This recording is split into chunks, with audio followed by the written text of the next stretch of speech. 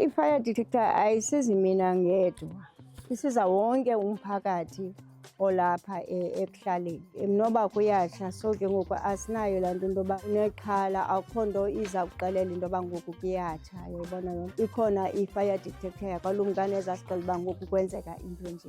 Bezingekho kuthi ezo zonto ezo. So ndiyavuya ke ngoku xa ilumkani ikhona ikwazi into yokokuba ingasisiza kule nto iyenzekayo yalo mlilo walapha eCape Town.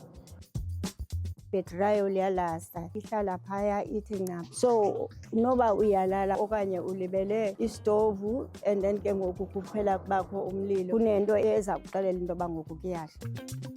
Incane gqithi imali yakwalumkani le ndikwazi ukuyidla ndiyigqibe namhlanje 88 rand. Abantu siyathetha nabo mntanam ukuthi ikhona into enjena ekhuselayo but umntu uthatha kade ngoba kaloku yena mhlawumbi okanye ucinga fama unoba ulumkani wenza ibhizinesi imali ngabo kanti ekugqibeleni unceda kwabona.